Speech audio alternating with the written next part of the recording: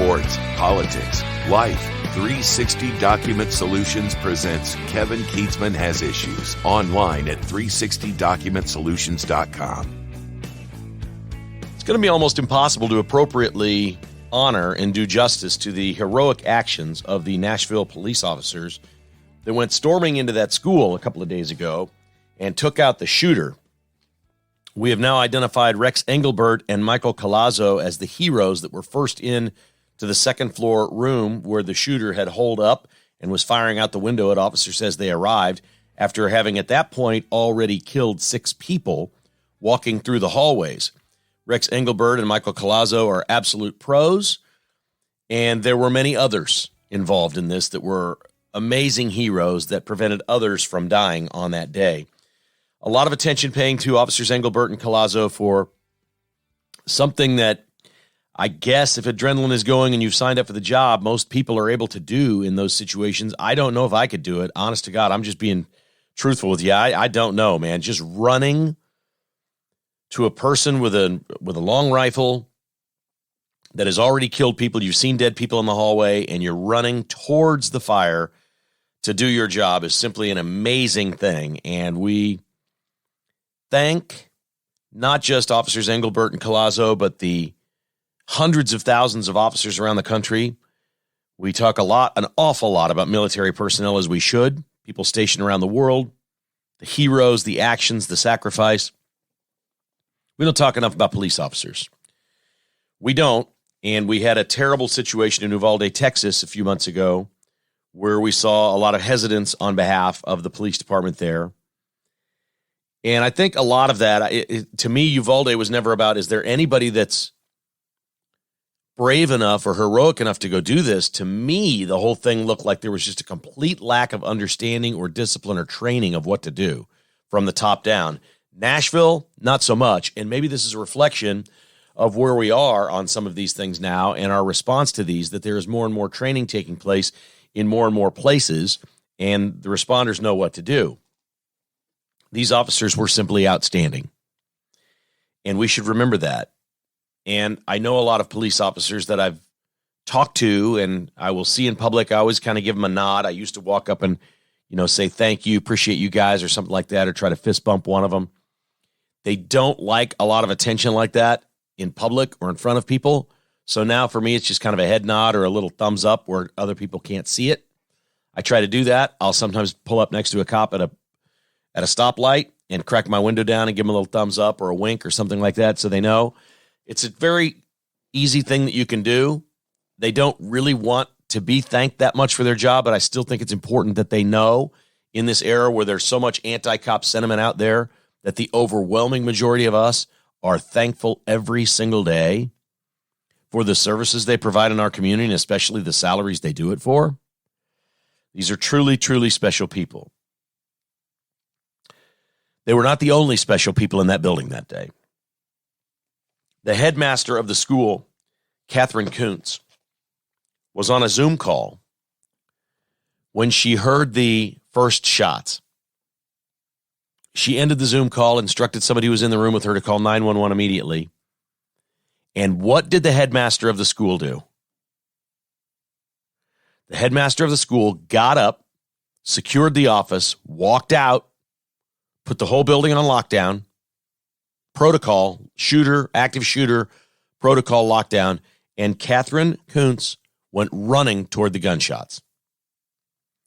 According to authorities, she confronted the shooter, who she likely knew. Shooter went to school there, was a member of a smaller community.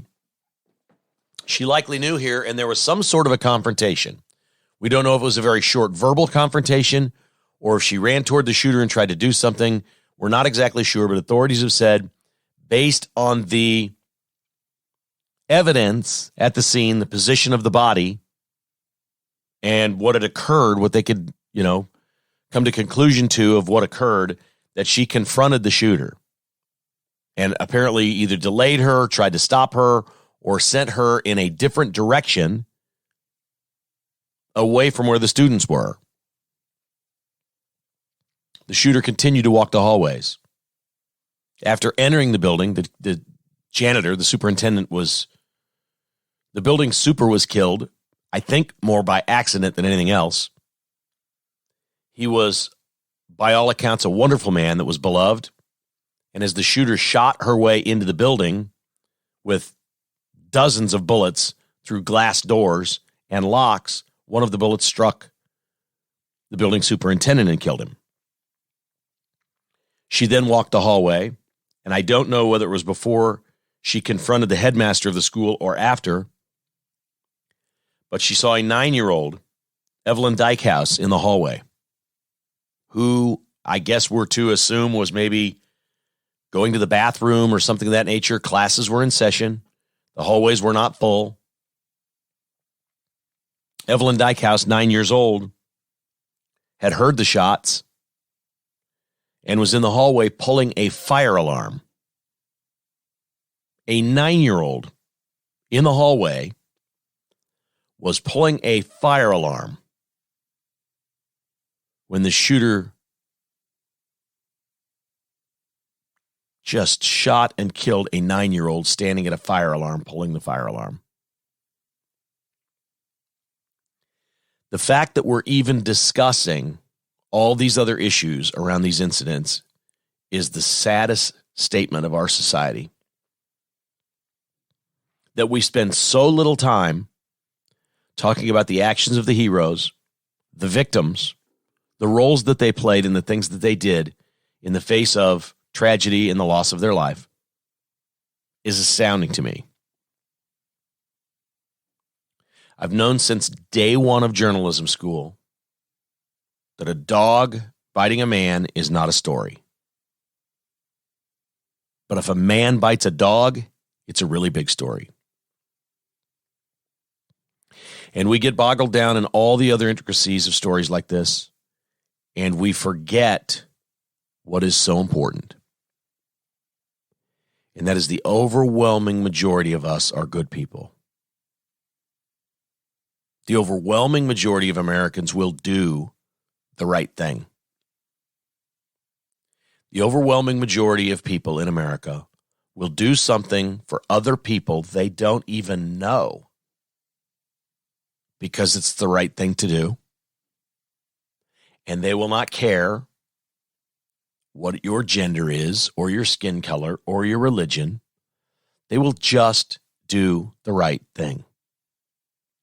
We know what those right things are. We're not all heroes. We don't all run to fire. It may be as simple as being the teacher in the classroom, locking our students down properly. And when the signal comes, getting them out in a timely manner and keeping them calm. It may be as simple as another 9-year-old somewhere under a desk in a classroom, reaching across to another desk and holding the hand of a fellow student, maybe even a student that they don't like that much. Somebody that maybe they've bickered with in the past, but helping to calm them when they're crying. People are good. We have really sick people among us. Most bad people are sick. They're sick. They're not like the rest of us. We can put them off into categories. We can try to identify them in certain ways. We can draw it across racial lines or gender or by how much money you have. There's a lot of different ways that we look at crime statistics and say, here's where the criminals are, here's where things are happening. But most often, you hear stories of people that are sick. And the fact that we can't diagnose them and prevent them from doing some of the crimes that they do is the scariest thing of all. We'd like to think we're capable as a society of identifying these people and making it better. I've never believed you can fix everyone. I don't know how many people we do help and prevent from doing things. I was aghast at the story of Rand Paul and his staffer this week, the senator from Kentucky. His staffer at 5:30 on Saturday was walking down the street in Washington, D.C. with a friend when an attacker jumps out from behind an enclosure, apparently, and for no reason whatsoever, relentlessly begins stabbing this young man. Stabs him in the torso, stabs him in the head.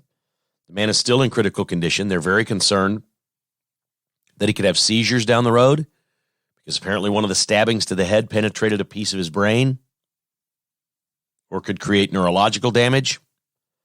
They believe he's going to be okay, but he was relentlessly stabbed multiple times by a man who spent 12 years in federal prison for a violent crime and had been released the day before. 12 years in federal prison, violent crime, released 24 hours later, targets a complete stranger and relentlessly attacks with a knife. It's a sick person in our society. We used to institutionalize people like this. We used to identify them and say there's no fixing them. There's no fixing these people. I believe that's true. Maybe it's because I was taught that. I believe that the worst among us we're not able to reach them and fix them. That there is mental illness. There are things going on with those people that you cannot correct.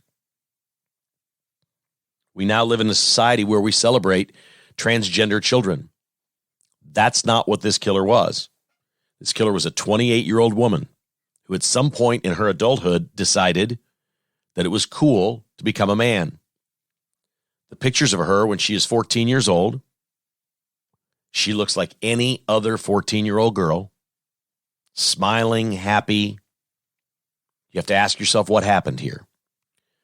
She was not an uncommon story in that she had difficulty with her parents, who were very strict Christians. But for some reason, at age 28, she was still living with them, which I'm sure was a terribly uncomfortable situation for everyone involved. And she began lashing out, and she found solace in the darkest places of the internet, in a community that accepted her, the trans community. She was seeking mental health. She was seeing a psychiatrist. She was legally buying guns because apparently there's no check on that. And they didn't know she was seeing a psychiatrist, and she was beginning treatment to transition to become a man, which involves all kinds of medicine and hormones. There is no shortage. So we could talk all day about finding people and helping them. There is no shortage of data, and it is absolutely conclusive that using medicine to transition from female to male because you choose to leads to rage and aggression. That is not disputed by any doctors. They tell you when you're transitioning, be careful, watch for warning signs. We got to monitor these meds. As we start giving you all these male hormones pumping into your female body, your brain is about to experience things you've never experienced before, because this just in, men and women are different. Men are more aggressive. They're more prone to rage and violence. They're more prone to fight amongst each other. We know this. This is the way we're born. This is biology. Very simple biology. When you start pumping these things into females, they change. They change dramatically, and this one became radicalized. And as she was coveted and cheered on by the trans community for her braveness, her courage, her truth, all of these things that we're now propping up in our society as brilliant and great and to be celebrated, she was a completely tortured soul. She was a sad, pathetic, raging, aggressive, suicidal maniac because of a transition from female to male. We're doing this to ourselves. It's one thing in a society of 340 million people to not be able to identify and help all of the people with real problems. That seems like an impossible task to me. It's one thing to have somebody incarcerated for 12 years, as this attacker in D.C. was, and not be able to know or identify over those 12 years that if we let this person out, they're going to do it again quickly. These are things that professionals should be able to know, whether it is psychologists in the prison, mental health experts, or just the guards and the wardens and the people at the prison that have been around the prisoner for 12 years. You pretty much ought to be able to know, including a syndrome that is very common with prisoners. They don't want to be out. They think they want to be out of prison, but when they get out of prison, it very quickly snaps upon them. This is not, I don't know where to go or what to do. I don't know what to do with my life now. I've been taken care of and fed and housed for 12 years, and now what? I have nothing. I'm a convicted felon. I can't find work. I'm desperate. What? If I commit another crime, they'll lock me back up. That happens too.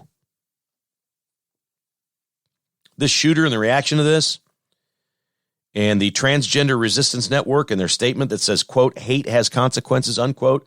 I have scoured the internet the last couple of days looking for these murders against trans from conservatives. I haven't seen it. I don't know where the Christians are or the Trump voters or the conservatives that are going somewhere to find transgender people and commit violence against them. I don't know where they are. I haven't seen these crimes. And this community is living and being fed a violent narrative. They're going to have this huge event on Saturday outside the Supreme Court. Vengeance is what they're calling it. Trans vengeance. Who knows what's going to happen there? Now, and maybe this is all just part of the grand plan, now maybe people on the right show up and picket these people. Maybe we have conflicts now. I don't know. I'm treating this as ground zero and day one of this conflict, although it is the fifth non-binary or trans person to commit a violent crime in the last several months. This is a disturbing and growing trend. It is a violent community. They wear shirts with guns on them that say or else on it. Trans rights or else, with all these guns on their shirts. The fastest growing population of people buying automatic weapons is transgenders. The most violent among them are women becoming men because of the hormones and the medicine. This is the stupidest thing any society could allow. My mom is one of the smartest people I know. She would not admit to that.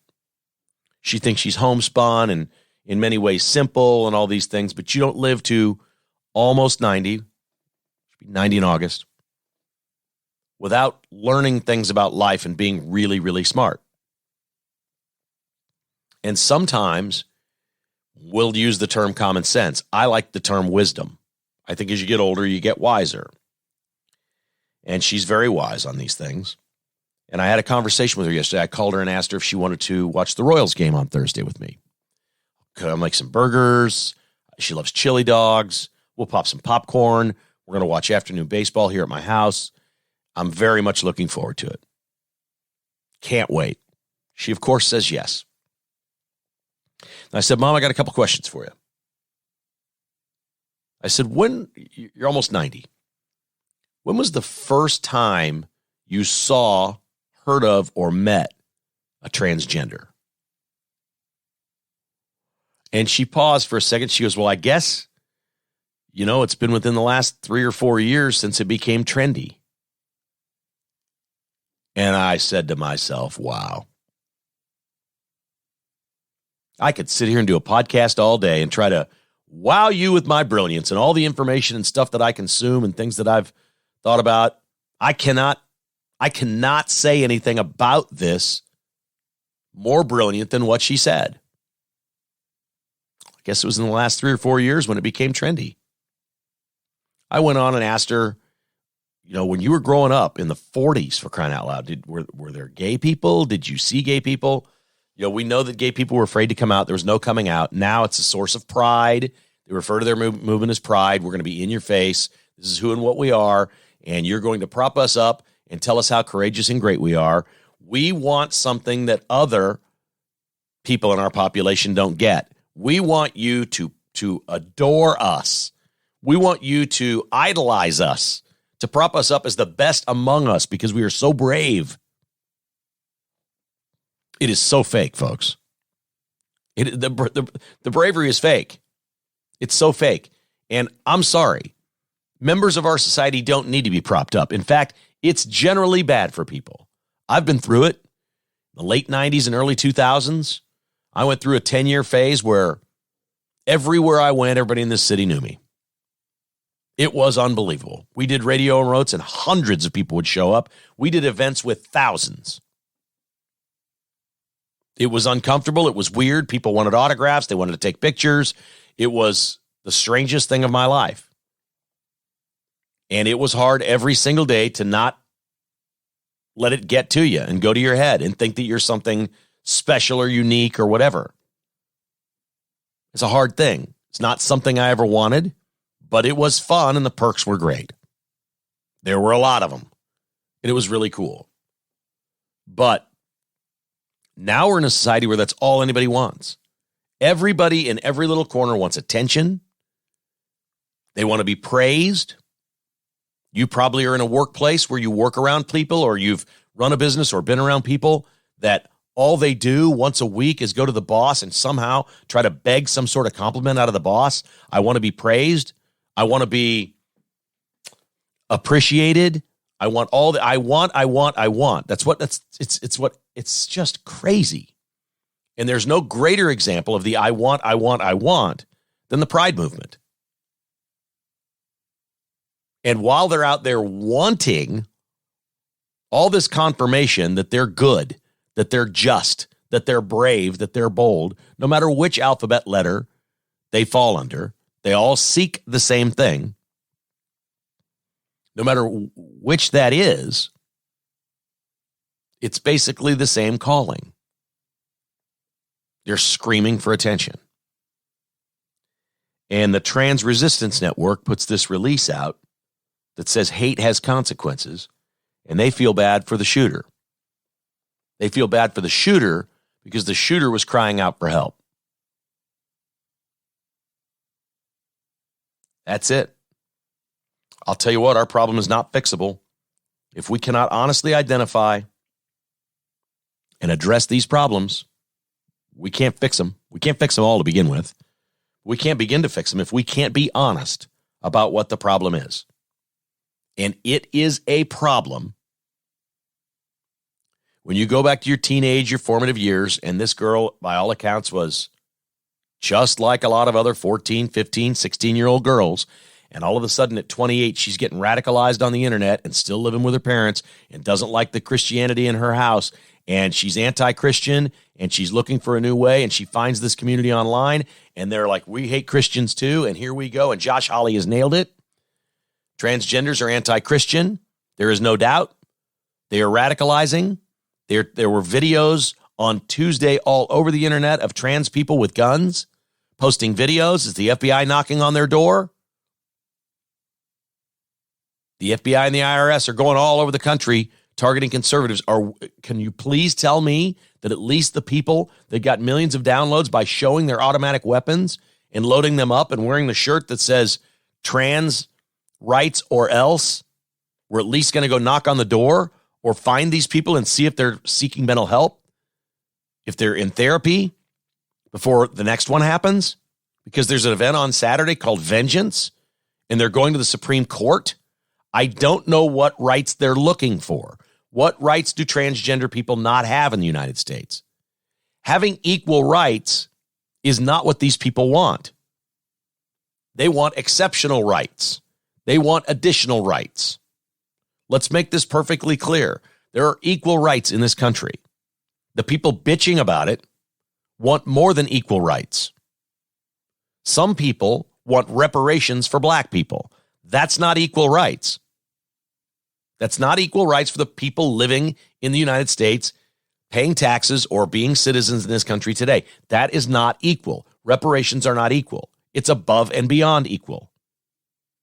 The transgender community apparently wants the same thing, and they're doing this under the guise of they're trying to kill us all. I'm looking for that information. I'm trying to find the group out there that is trying to commit genocide against trans people. I'm having a really hard time finding it.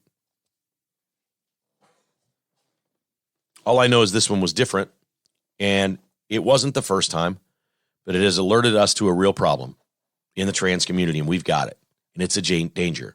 And if you want to talk about domestic terrorists or insurrection or whatever word that it is that you want to use, this appears to be more dangerous than Antifa.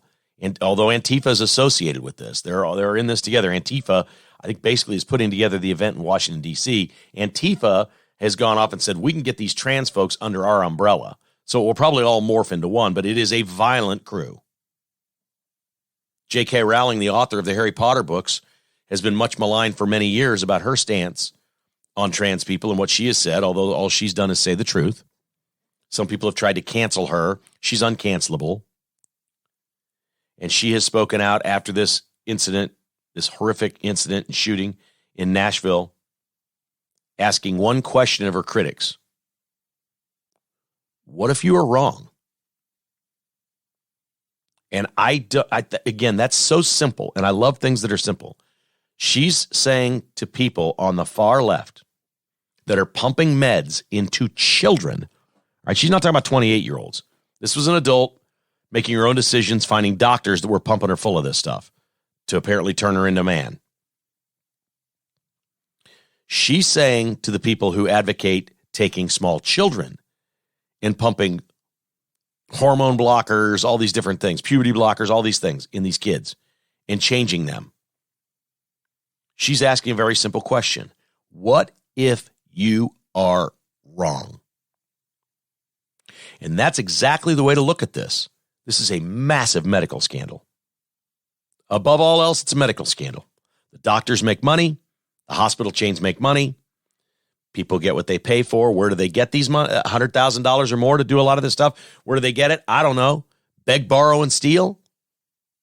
Where did this woman get all this money for these guns? I don't know. She has a job. She's living at home. I'm guessing the fact that she doesn't pay rent or have a house or has never been given what she needed by her parents, which is a kick in the ass to get the hell out of our house and go find your own way in the world. She probably needed some of that along the way. I'm not going to be critical of the parents. Look, she is in the house. They should know. You can be critical. They should have known there were guns in the house. They should have known. I got 28-year-old kids. I don't know what the hell they're up to, but they don't live in my house. They could be doing all kinds of things I don't know about. So sometimes you can't. But in this situation, what'd they do wrong? She's got a job of some sort. Kick her out. They were worried for her. They were scared. They didn't want her to leave. We're a family. What if you're wrong? J.K. Rowling makes a great point, and this is a giant medical scandal. There's no question this is a massive medical scandal. All right, we're going to get on to some other topics that I hope you'll find a little more enjoyable than this one. This one's really got me. I think I just feel like this is something the left has commandeered again, and I don't know how we fix it. I don't know how we get to honesty with transgenders, because I just don't think we are not going to be allowed to be honest and address this thing in a proper way. We're not going to be allowed. Josh Hawley puts out a statement and says this was a hate crime against Christians, and he is right. And he's just getting crushed for it. What else would you call it? If the majority of people are also hated, you don't have to be a minority to be accepted for being targeted. If the majority is being targeted, we got to identify it for what it is, and the FBI should be looking into this. Opening day is Thursday at Kauffman Stadium, 3 o'clock. Royals and Twins. Much more on the Royals coming up in just a few minutes. If you'd like great seats to this event, ticketsforless.com would love to hook you up. Use the promo code KKHI and save. Remember, this is pretty much the only place anywhere on earth where you buy tickets and they don't add fees or taxes at checkout. The price you see is the price you pay. 913-685-3322. Ticketsforless.com. Memories for life, including Royals opening day. And use the promo code KKHI. Advanced Termite and Pest Control online at AdvantageTPC.com. 913-768-8989. This is the best pest control company you could have. You may even be happy with the people you have now. But if you don't know them, get some people you know. These are great American patriots. Their service is exceptional, and the texts they send to your house are going to be friendly. Treat your house with such great respect, you won't believe it. And they're going to make sure you got no bugs, no critters. Residential and commercial, AdvantageTPC.com, 913-768-8989 for Advantage Termite and Pest Control. MyPillow.com, online at MyPillow.com and MyStore.com. The MyPillow 2.0 is out. If you've never tried a MyPillow, you're lucky. You've waited for the 2.0. The cover on the 2.0 is better. It's buy one, get one right now with the promo code KKHI. It is your top promo code. MyPillow.com. KKHI is your promo code at checkout. Or just call the number. This is specifically for KKHI listeners. 800-923-9034. MyPillow.com/KKHI. Anything you buy, this is the best discount you can get. Right now, the MyPillow is buy one, get one of the MyPillow 2.0. And North Kansas City Dental is online at nkcdental.com. Dr. Bill Bush is an award-winning dentist, and I'm going to be seeing him here in about a week and a half. I know I had to postpone a couple of times, but I need to get in there, get my regular checkup, regular dental care. He does it all, but he also does implants, cosmetic dentistry, crowns, veneers. I've done both of those with Dr. Bush. Teeth whitening. He has treatment for TMJ as well if your jaw's hurt. He'll even set little jewels in your teeth like a couple of Chiefs players have. nkcdental.com. 2 locations, north of the river and Westwood, Kansas. 816-471-2911 for North Kansas City Dental. All right, we had a real tragedy. I was thinking yesterday, a buddy of mine said, hey, do you remember when Trump was president and they were talking about kids in cages at the border? And we saw it, and it didn't look right. It was kids behind, locked bars or whatever, but you had to separate them from the other people that were coming in, and we were taking really good care of them. They each got their own little bed and their own little mat, and there was air conditioning, and everything was really. And this is what the left freaked out about with Trump. The situation at the border is so bad, and we're waving. We're just kind of like ole to everybody coming across, but the people in Mexico are brutal. They don't care. And they're finding people that they don't want going back and forth across the border either, because that means if they're from Honduras or Guatemala, where a lot of these folks are coming from, some of these people are the worst among us. And they've identified that in Mexico. And in Juarez, Ciudad Juarez, Mexico, they had a detention facility where 50 people could be held, and they had 68 in there, running a little short on water. The people were cramped and crowded. Their conditions were not particularly good. And these people were told they were going to be deported and sent back to where they were from. They were not going to be allowed out, and they were not going to be sent across the border in America, which is all they wanted. They'd been traveling for a long time. There were some really, really bad dudes in this deal. There were probably some good people, but there were some bad dudes locked up in these 68, and they were locked up. Well, they got so pissed off at their conditions, complaining about water, not wanting to be deported, angry with what was going to happen to them. One of them decides to protest. One really bad dude decides to protest by setting his mattress on fire. He does this. This is some sort of, I think the thought was, I'm going to set this on fire. The guards are going to come in and try to put it out, and we're getting out of here. They're going to open the doors. We got a fire, and we're gone. This was their plan. Set a mattress on fire. Here they come. Doors are open. Let's go. There's only 68 of us. Let's get out of here. We'll rush right over them. They're not going to shoot us. We'll bum rush them and go right over them. Well, they miscalculated, because in Mexico, what happened is the guard said, holy crap, they're setting fire to this place. And the guards took off. They just left. Somebody at some point got a door open, because not everybody died. 40 of the 68 died. 20 more in the hospital. Apparently, a handful got out with very little physical problem. But this is ruthless. It is also Joe Biden's fault. This didn't happen when Trump was president. The more people you invite to walk into your country and just allow it to happen, the more people are going to die. This is not humane in any way. We are not really, there will be great success stories. We'll get stories about somebody that came in under the Biden presidency and wound up becoming a millionaire or maybe even a billionaire, starting a company, doing something great. There will be winners. There will be people whose lives are forever changed and improved by coming to the United States. There is no question about that. But we can find those people through regular immigration, through vetting. What we're doing now is harmful. Child rapes, women abused the entire way coming here, death, theft, violence, cartels. It's a complete moral outrage. More than anything else, it's a moral outrage. I had a friend ask me the other day, they're not making citizens. They're not getting amnesty for all these people. They're not all going to become citizens. I said, no, that's not the game they're playing. You have to know your opposition. The game they're playing on the left is just let them all in. When they have babies, the babies are born American. Whether their parents are citizens or not. If you get born here to non-citizens, you're an American. That's our law. They're playing the long game. They don't need amnesty and voter rights for all these people.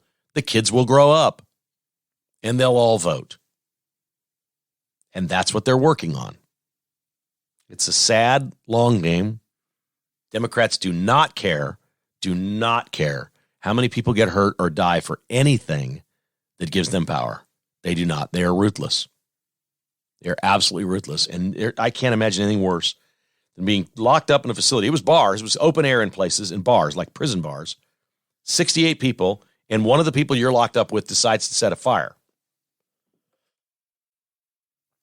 Now, I'm no Hollywood writer about some movie about prisons or whatnot, but I just don't think you allow inmates or prisoners to have matches and fire, do you?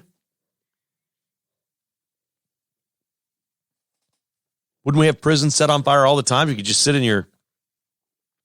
fire to the jail? I don't know. I assume they have areas where they smoke and things like that in prisons, but this is crazy. 68 people in one room. One person sets a mattress on fire, and it was just a complete and utter tragedy. Terrible, terrible thing. All right. How about doing some fun? We got the Masters coming up here in a couple weeks. It's one of my favorite things ever.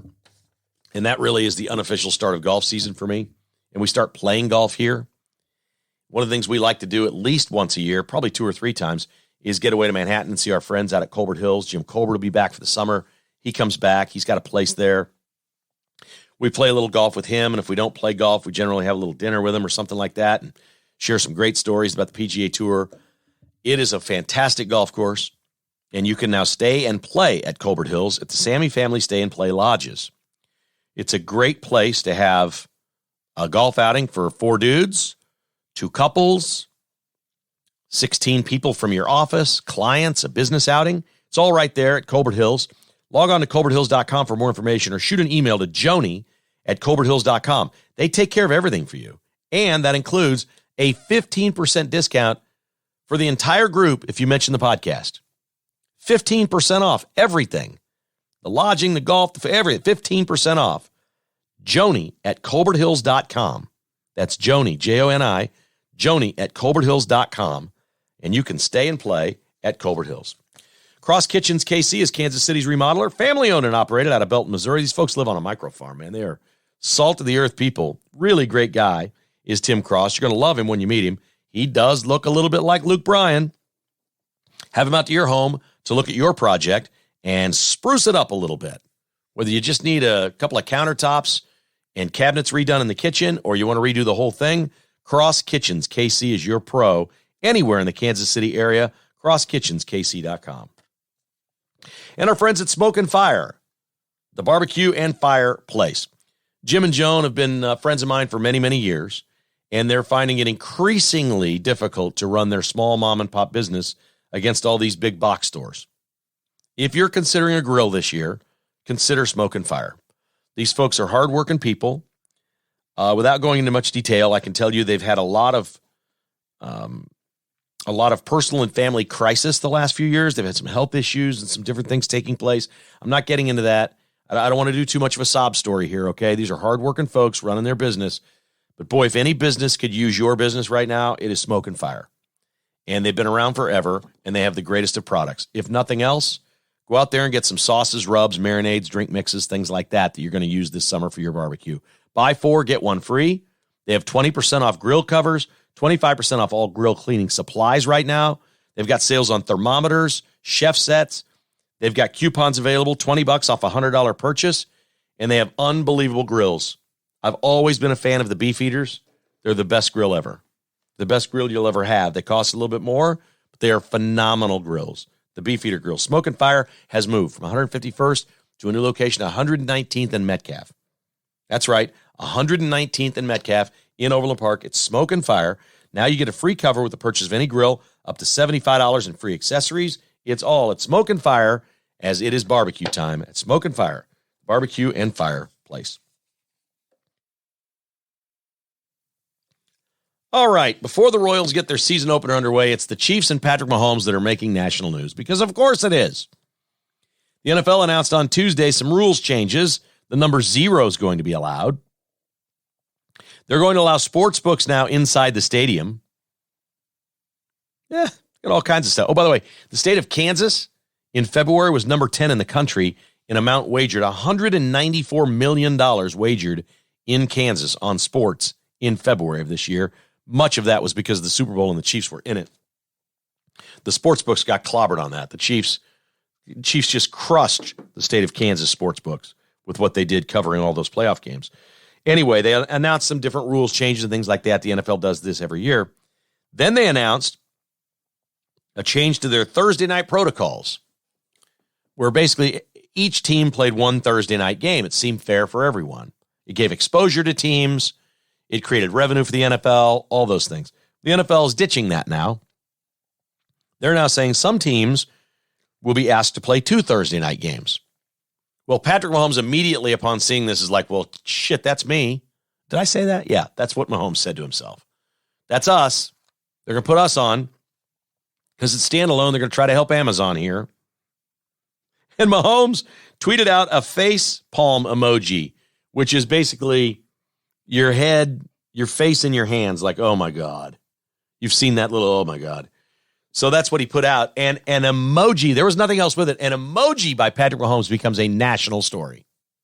Like everyone reporting that Patrick Mahomes hates the idea of 2 Thursday night games. Now, let's be clear. Tua did get hurt last year on a Thursday night. That was bad. There is no data and no evidence, 0, that playing on Thursday night leads to more injuries. None. What it is, it's a pain in the ass for the players. They don't like it. The coaches especially don't like it. They like their week-long routine. Each day is a certain thing. They don't like trying to cram it all in. They especially don't like to travel for a Thursday night game. It's whiny. They did most of these around bye weeks, and it created, I would think, if a player, I would love the 10 days off. I would love the 4 or 5 days body rest after a game like that where you don't do anything. But I'm not a player, so I'm not either going to complain or whatever. But the Chiefs clearly don't like this idea, and the NFL does not care. And yes, despite what the NFL says, this is a kiss on the cheek to Amazon. You spent all this money. We gave you turd games last year. We're going to fix them this year. It's going to be better. We're going to get you the Chiefs a couple of times. Instead of the first game, we'll see if we can get you Mahomes a couple of times. But it is amazing that this football team in Kansas City, the day before the Major League team opens, of which the man is part owner, minority owner, but he's a minority owner. He's just a piece. But he's a part owner. That the bigger story is that the Chiefs may play 2 Thursday night games. That's the power of the NFL. It's the power of a 2-time Super Bowl champ. It's the power of the greatness of the Kansas City Chiefs right now. But the Royals do open on Thursday, and Zach Greinke takes the hill. We've talked about that. The Royals have solidified their rotation, and they've added Chris Bubich as the 5th starter. Daniel Lynch has a shoulder strain to start the year, so Bubich will be the 5th starter. He's developed a slider this year, another pitch. Look, the Royals, so much of this sounds good, but it's failed in the past. We know Brad Keller has a new pitch, and it looked really good in spring training. Chris Bubich, swing and miss rate in spring training was double what it was in the regular season last year by adding this pitch, this slider. So he's going to get a shot in the rotation. It's going to go Greinke, Jordan Lyles, who they signed this offseason, Brady Singer, Brad Keller, and Chris Bubich. That's the way they will start the season out. Hunter Dozier's going to get a shot at third base. The bad news about the Royals is it looks like there's going to be a lot of rotating players. You're not necessarily going to know who's in left or right field on any given night. They may move him around. Melendez could be out there. He could be catching. He could be DHing. They got a lot of moving parts on this team. Hunter Dozier gets the shot at third base, but they've also been looking at Nicky Lopez there. Massey's taking over second base and looks like he's going to be a tremendous bat added to the lineups. They got a good player there. We expect Bobby Witt Jr. to make real gains and strides this year over what he was last year. to not just be a guy that, hits some home runs and gets some RBIs, but becomes a more complete player, defensively improving. The shocker of this entire deal, for me anyway, was I thought it was decided that Barlow and Staumont and Aroldis Chapman would be 7th, 8th, and 9th inning in whatever order that may be. Staumont, of course, throws 101 miles an hour. They sent Staumont to Omaha. And I don't know whether it was an individual message to him or a collective message to the team, and that is, you will earn every day what you are. Now, Salvador Perez is exempted from that. Bobby Witt Jr. doesn't have to do that. MJ Melendez is set. But they're sending and making a statement to a lot of players on this team that you're going to have to prove it every single day. I'm shocked that Staumont is down. Samir Garrett is up. It looks like he's going to be the third member of the trio, the 7, 8, 9 trio. And we don't really know how Matt Quatrero, the new manager, is going to be navigating the back end of this bullpen. I would love to give you tremendous insight into what I think is going to happen with this team and where they're going to go. But until we watch a new manager with a set of players that does not appear to be a set lineup at this point, I think the Royals are a work in progress at the start of the year. I don't have a problem with that this year. This is a new manager, new general manager, new everything. I don't have a problem with that. If we're sitting here a year from now and it's the same thing and we're just trying to figure out who's where and what's going on, no, that's not going to be good. That's not going to be good. And to me, this isn't, I know a lot of these names have been around for a while, especially these pitchers, Bubich and whatnot. They're sorting them out. They've sent Coar down. They've got a whole bunch of guys that we thought were going to be studs that they clearly are just minor league guys at this point that are just dudes and nothing special. So the Royals aren't, to me, pretending anymore that, hey, we've got this great plan and this guy fits into this or whatever. Let's just go figure it out. And that's okay for a year. Figure out what you have. Figure out what you have and maybe consider signing Bobby Witt Jr. to a long-term deal. Think about signing Brady Singer to a long-term deal. Think about Melendez, beyond Salvador Perez, all these different things. The Royals are not going to win the division. They're not going to make the playoffs this year. They're not. But they can be better. And I think the important thing is to watch these games and see how this manager manages and see if they can make a difference. But it's going to be an interesting kind of bag of balls right now. Reach in and see what you got on any given day.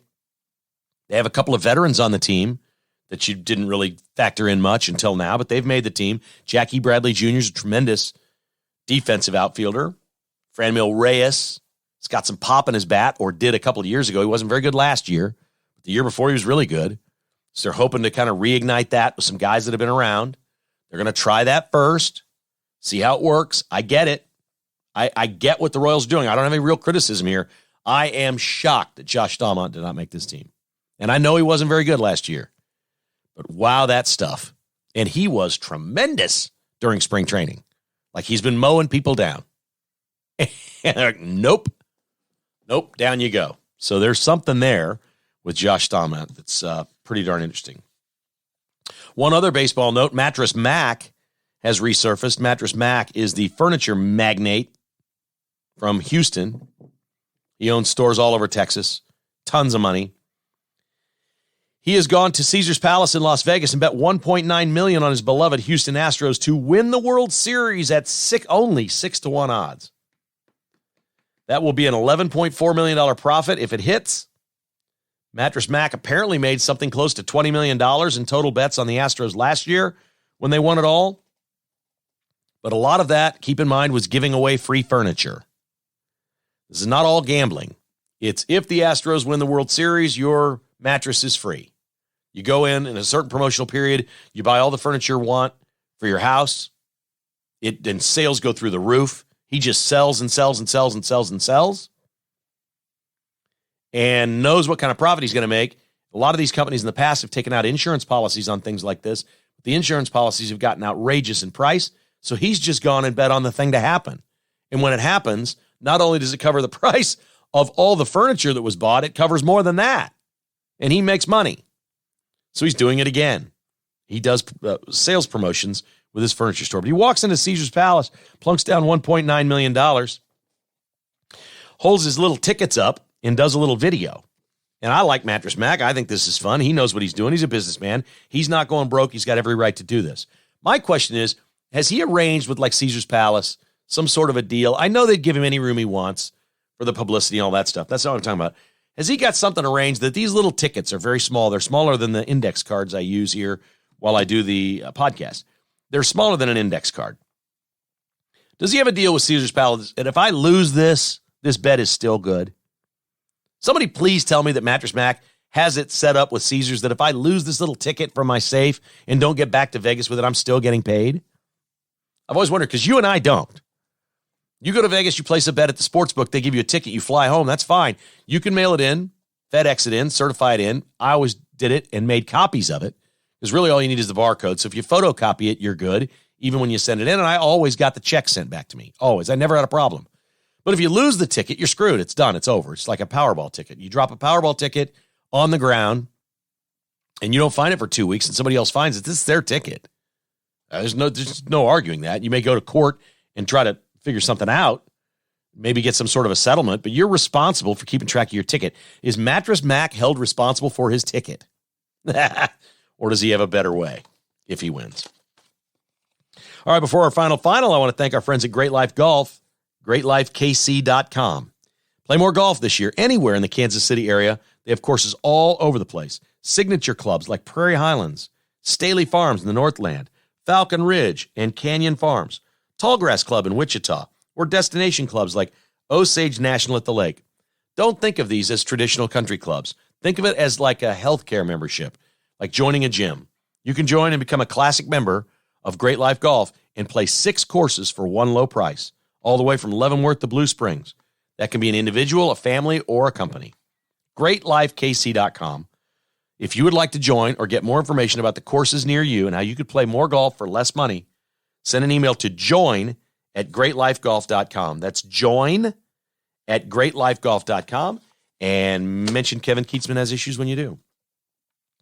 And, of course, our friends at bstock.net, their red tag deal of the week is a wonderful laptop computer right now. You can find it at the kklist.com. Save big. You can get it for a song. Or check out the new Sony 65-inch 4K TVs. Were $849, then $499. Now they're $449, $50 off more. Let's go. We've got to sell these 3 TVs. They want them out the door. These are unbelievably great 65-inch Sony 4Ks. Now $449, bstock.net, 14680 South Flaming Road. Our final is Bill Self. We heard Danny Clinkscale say last week that he will be watching to see if Bill Self is at the Final Four this week, because coaches all go to the Final Four. That'll be interesting. KU Hoops put out a tweet yesterday, or press release, that the Bill Self basketball camp is on for June. And it got me wondering again, is Bill Self going to be there? I assume he is if they put that out. It's been very quiet. We don't know. Another week is passing here, and we don't know much information about Bill Self's health or the situation there. We have seen reports that it will be in a few weeks. They will be in Indianapolis in front of the board with the NCAA for their final appearance. And then the punishment or the ruling will be coming down probably in June, I think is thought of, late May or June, somewhere in there.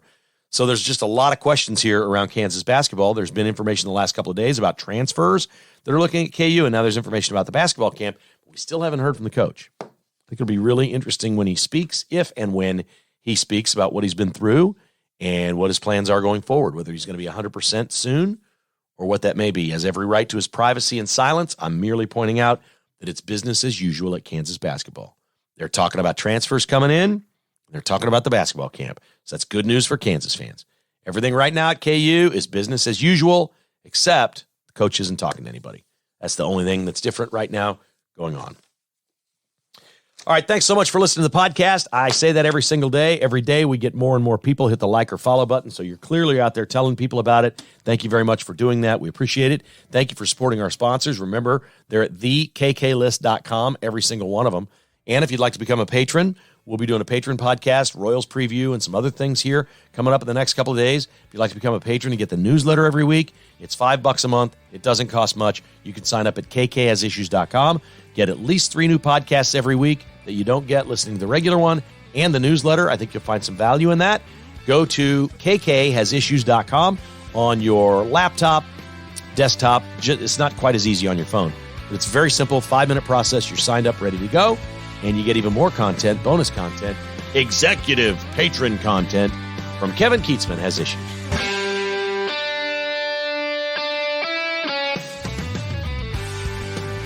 Thanks for listening to Kevin Keatsman Has Issues, presented by Roberts Robinson Chevrolet Buick GMC. To get exclusive patrons-only podcasts, receive a weekly newsletter, and attend in-person patrons-only parties, visit kkhasissues.com and become a patron today. This has been a production of Crooked Tail Media Incorporated.